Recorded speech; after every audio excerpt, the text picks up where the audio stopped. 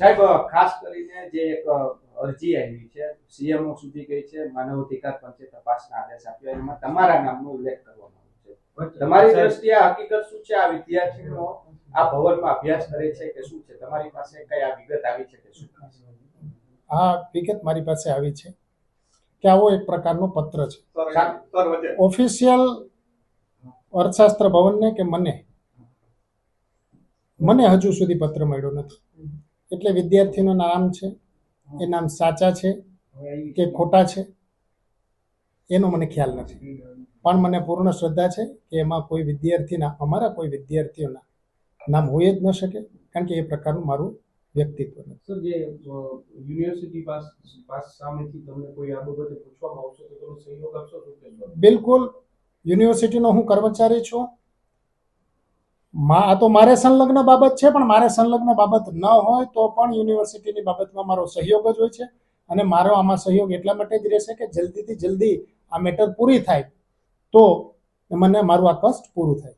સાહેબ, જેમાં આક્ષેપો જે રીતના થયા છે તેને લઈને તમારું શું માનવું છે? આ પ્રકારે કોઈ વર્તન કે આવી કોઈ પ્રવૃત્તિ તમારી દ્રષ્ટિએ શું કેવું છે? આ અરજી કરવામાં આવી છે તેની પાછળનું તમારી દ્રષ્ટિએ શું કારણો લાગે છે? અત્યાર સુધી જે મને જાણવા મળી છે અને ન્યૂઝપેપરમાં છે, એમાં બે બાબતો છે કે પરીક્ષામાં માર્ક વધારવા.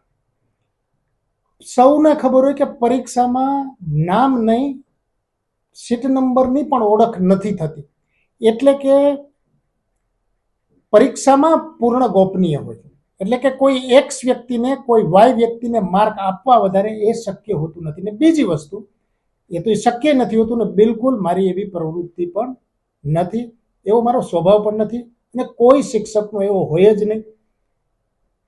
બીજી બાબત છે એમાં દ્વિઅર્થી વાત બોલવાની. કોઈ પણ સ્થળે, જાહેર સ્થળે, ક્લાસમાં કે ક્યાંય પણ વાણી વર્તન વિવેકની મને પૂર્ણ ખબર છે. આવું ક્યારેય મારાથી બન્યું નથી. અને મારા કોઈ પણ વિદ્યાર્થીને પૂછો, 10 વર્ષ પહેલાને પણ પૂછો તો એવો જવાબ મળે કે આવું બને જ નહીં. એટલે ટૂંકમાં મને જે સમાચાર મળ્યા છે, અરજી થયેલી છે, એમાં આ પ્રકારના છે, એ આક્ષેપો પાયાવિહોણા છે. તમે બીજું કંઈ પૂછશો તો હું તમને કહીશ, પણ એવું મન છે કે કાયદાના અને કુદરતના ડર રાખ્યા વગર કોઈ એક પત્ર નાખી દીધો છે.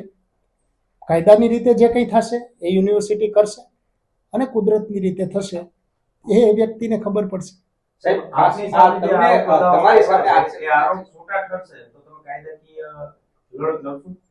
એટલે મારે લડવી જોઈએ અને એમાં હું યુનિવર્સિટીને પૂછીશ કે ભાઈ મારે શું કરવું જોઈએ.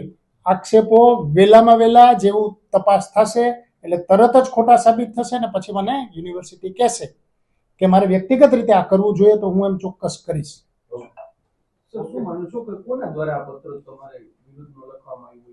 હવે આપણે સૌ જાહેર જીવનમાં છીએ કે ભાઈ કોનો કેવો સ્વભાવ છે, કોને કઈ વ્યક્તિથી નાની મોટી ઈર્ષા તકલીફ છે, શું હોઈ શકે, એવા કોઈ પણ હોઈ શકે. પણ અત્યારે મને એમ થયું કે ભાઈ હું જો કોઈ નામ વિચારું 1 2 3 4 અને મારે એવું શું કામ એને વિચારવું, હું તો એ જોઉં કે ભાઈ કાયદો કરશે, નહીં તો કુદરત કરશે.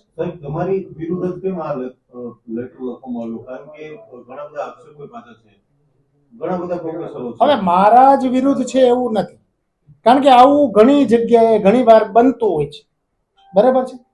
હવે આનો જવાબ તો હું શું આપું કે હા, એ તો હું ભગવાનને પૂછી શકું કે ભાઈ આવું કેમ, બાકી તો આવો પત્ર કોઈ પણ કોઈની સામે લખી નાખે. ના, અત્યારે આ તબક્કે હું છે ને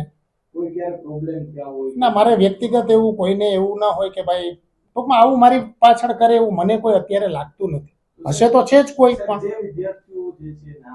હા, એ તમારે અર્થશાસ્ત્ર ભવનના છે કે બહારના વિદ્યાર્થી છે અથવા તો કોઈ વિદ્યાર્થી જ નથી, કોઈ બહારની વ્યક્તિ છે? એટલે જો એ તો શું છે કે ટપાલ મળે, એમાં જે નામ મળે તો ભવન જોશે કે નામ છે, નામ હશે જે તે વિદ્યાર્થી તો એને બોલાવશે. નામ નહીં હોય તો એ રીતે જવાબ આપશે. ભવનના વિદ્યાર્થી ન હોય તો એનો મતલબ શું થયો કે નામ ખોટા છે. એ નામ એને તમે ખોટા કયો, ડમી કયો, પૂર્વગ્રહથી લખેલા કયો, જે કયો, એ ભવનના વિદ્યાર્થીના નામ હશે તો એ વિદ્યાર્થીને પૂછવામાં આવશે.